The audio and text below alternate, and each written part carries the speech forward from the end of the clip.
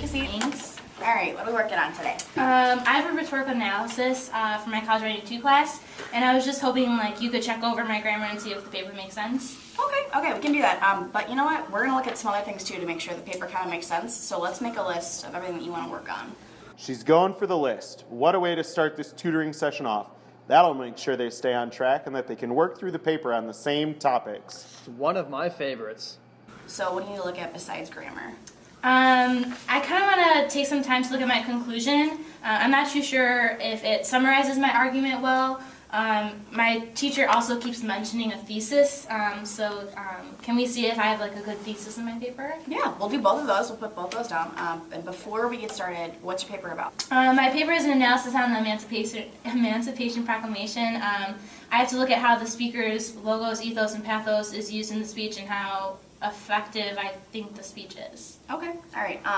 So what we're going to do is I'm going to have you read your paper out loud for me, because that way you're going to be able to check over any of the mistakes and see if you kind of missed anything. And then you have a pen, which is good, because I'm going to have you mark everything that you hear kind of as we go through it. And that way when we talk over it at the end, you'll remember what you wanted to say. All right. Okay? Cool. Okay.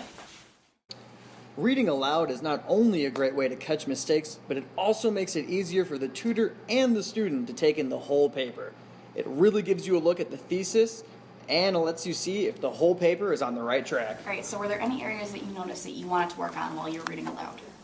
Yes, my thesis is phrased awkwardly. I had a really hard time reading it out loud. Okay, well the second half of that sentence is a little bit wordy, so how do you think we could fix that? Ooh, tutor asked an open-ended question. That's beautiful. Good to see. That really helps put the writer back in the writing process and get them involved. I also noticed that your first and third paragraph are really strong. You explain things in rhetorical form and you give examples, but you didn't do that in the second paragraph. Is there a reason why you didn't? No, I didn't have any real reason. Okay, do you think that if you did the same format for the second as you did in the first and the third, it would add to the consistency of the paper? Yeah, I think so, and I really like how strong my argument came off in those paragraphs, so I'll rework it, the second paragraph, to match. Okay, that sounds good. So let's look at your conclusion, and then we can go over some of the minor grammar issues that I noticed, okay? I really like how she left grammar for the end. It shows the student that the focus and clarity of the paper is on the student's argument rather than on grammar. Doing this really stresses the importance of the writing process rather than the writing product. That's good to see. So how do you think we could reorganize the conclusion to summarize it more?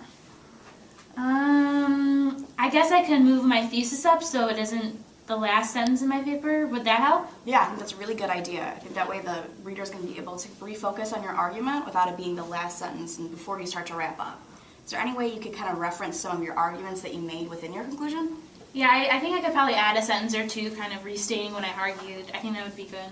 Yes, I think that would tie the paper up nicely. So let's just go over some of the grammar issues. Okay, so I did notice that you had kind of a hard time with comma placement. Okay. So I'm going to show you a few examples of that in your paper and then show you the rules for comma use. Okay. Then we'll try having you fixing some, okay? Okay. This method allows the tutor to teach the writer how to fix her own mistakes, giving the writer a chance to learn how to catch them on her own. This is a best practice in the field and really helps the writer in the long run.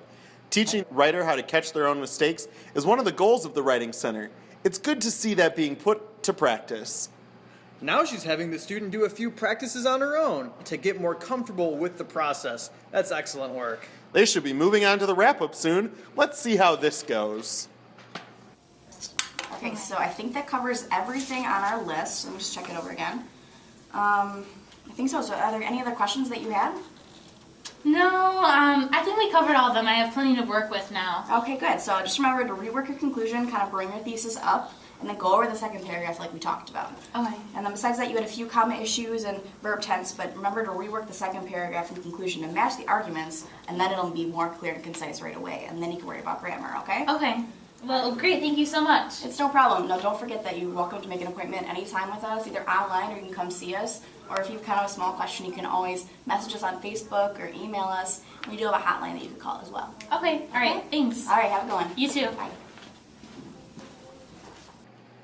The tutor offered another session and brought up our Writing Center Facebook page. Wow, that was something. It's a great way to wrap up the writing session, going over all the work they covered and encouraging the student to come in for another appointment.